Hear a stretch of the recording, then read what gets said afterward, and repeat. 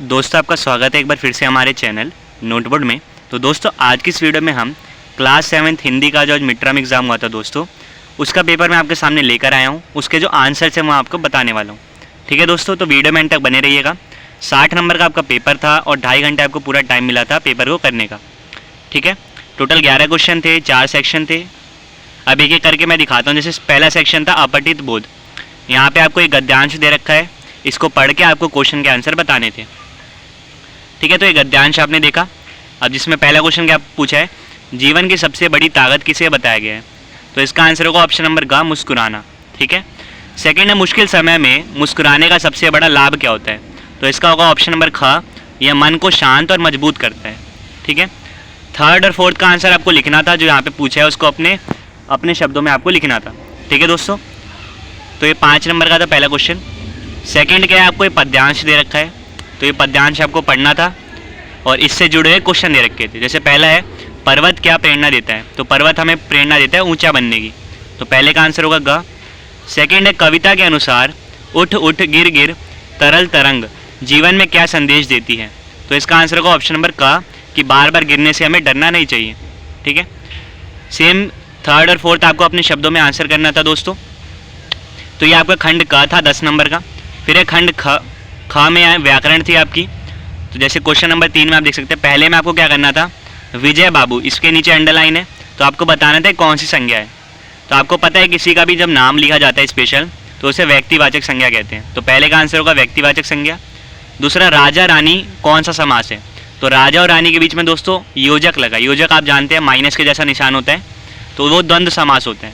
द्वंद्व का मतलब ये होता है जोड़े में होता है, जैसे राजा रानी। ठीक है, इस तरह के।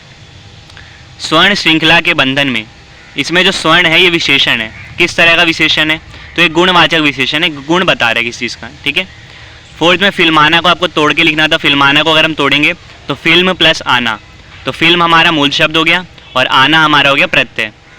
फिफ्थ में सिमटा, सिमटा का प्रयोग करके आपको एक वाक्य बनाना था, तो आप अपनी मर्जी से कोई भी वाक्य बना सकते थे।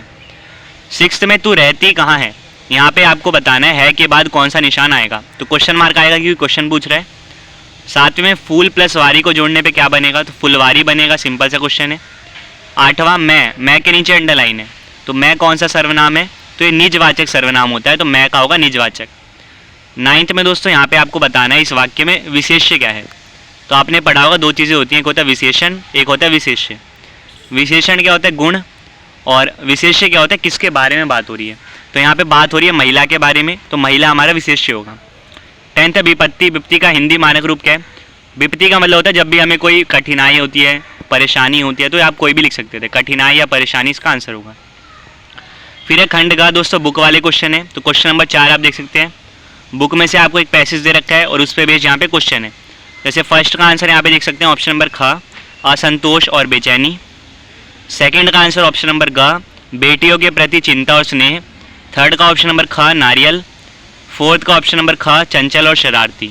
ठीक है, पांचवें में आपको दोस्तों बुक से 3 क्वेश्चन दे रखे हैं, 3 में से कोई आपको 2 करने थे और 2-2 नंबर के थे। ठीक है, तो जो भी आपको अच्छे से आता होगा आपने वो कर दिया होगा। फिर ये छठा दोस्तों, यहाँ पे भी 3 क्वेश्चन है, 30 से 40 शब्दों में आपको करना है। ठीक है, और 3-3 नंबर के क्वेश्चन है। ठीक है, तो 3 में से 2 आपको करने थे, पहला क्वेश्चन आप देख सकते हैं और ये बाकी के 2 क्वेश्चन। ठीक है, सातवां क्या है, आपको दोहा दे रखा है और दोहे से क्वेश्चन पूछे गए हैं। जैसे पहला, मछली किससे गहरा प्रेम करती है, तो ये दोहा है, बहुत अच्छा दोहा है रहीम का। ठीक है, तो इसका आंसर होगा ऑप्शन नंबर ख, जल से, कि मछली जो है जल से बहुत ज़्यादा प्रेम करती है। सेकंड है रहीम के अनुसार मछली जाल में फंसकर भी क्या नहीं छोड़ती, तो जाल में फंसकर भी वो जल का मुंह नहीं छोड़ती, तो इसका ऑप्शन नंबर ग होगा जल। थर्ड है कि इस दोहे से हमें क्या सीख मिलती है, तो इससे हमें मिलता है ऑप्शन नंबर क, बुरे समय में भी सच्चा प्रेम नहीं टूटता, तो ये सीख मिलती है। फोर्थ का दोस्तों आंसर आपको बताना है, तो फोर्थ का आंसर होगा यहाँ पे ऑप्शन नंबर ग, सच्चे प्रेम और निष्ठा का प्रतीक। ठीक है, आठवां दोस्तों कविताओं से क्वेश्चन पूछे गए हैं, 3 क्वेश्चन है, 2-2 नंबर के, कोई आपको 2 करने हैं जो आपको अच्छे से आते थे। 9th में भी दोस्तों 3 क्वेश्चन पूछे गए थे, 3 में से कोई आपको 2 करने थे 30 से 40 शब्दों में, और ये 3-3 नंबर के क्वेश्चन थे। फिर लास्ट खंड घ, रचनात्मक लेखन, तो क्वेश्चन 10वां था, उसमें 2 पार्ट थे। फर्स्ट में आपको प्रधानाचार्य को पत्र लिखना था और सेकंड में आपको अपने चचेरे भाई को पत्र लिखना था, 2 में से आपको कोई एक करना था।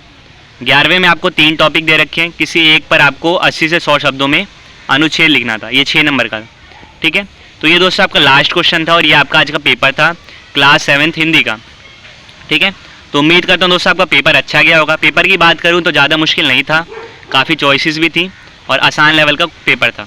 ठीक है, तो उम्मीद करता हूँ जो आंसर यहाँ पे बताने लायक थे लिखने वाले, तो वो मैंने आपको बता दिए हैं, आप उसको चेक कर सकते हैं। बाकी आपको अपने शब्दों में सारे आंसर लिखने थे। तो उम्मीद करता हूँ दोस्तों आपने वीडियो एंड तक देखी होगी, आपको सभी आंसर पता चल गए होंगे। इसी तरीके से दोस्तों बाकी जो एग्ज़ाम है उनके पेपर भी चैनल पे अपलोड होते रहेंगे, तो आप चैनल को सब्सक्राइब कर लीजिए ताकि आने वाली जो वीडियोज़ हैं उनका नोटिफिकेशन आपको मिल जाए, और दोस्तों को भी शेयर कर दीजिए। आपसे फिर मिलेंगे नेक्स्ट वीडियो में।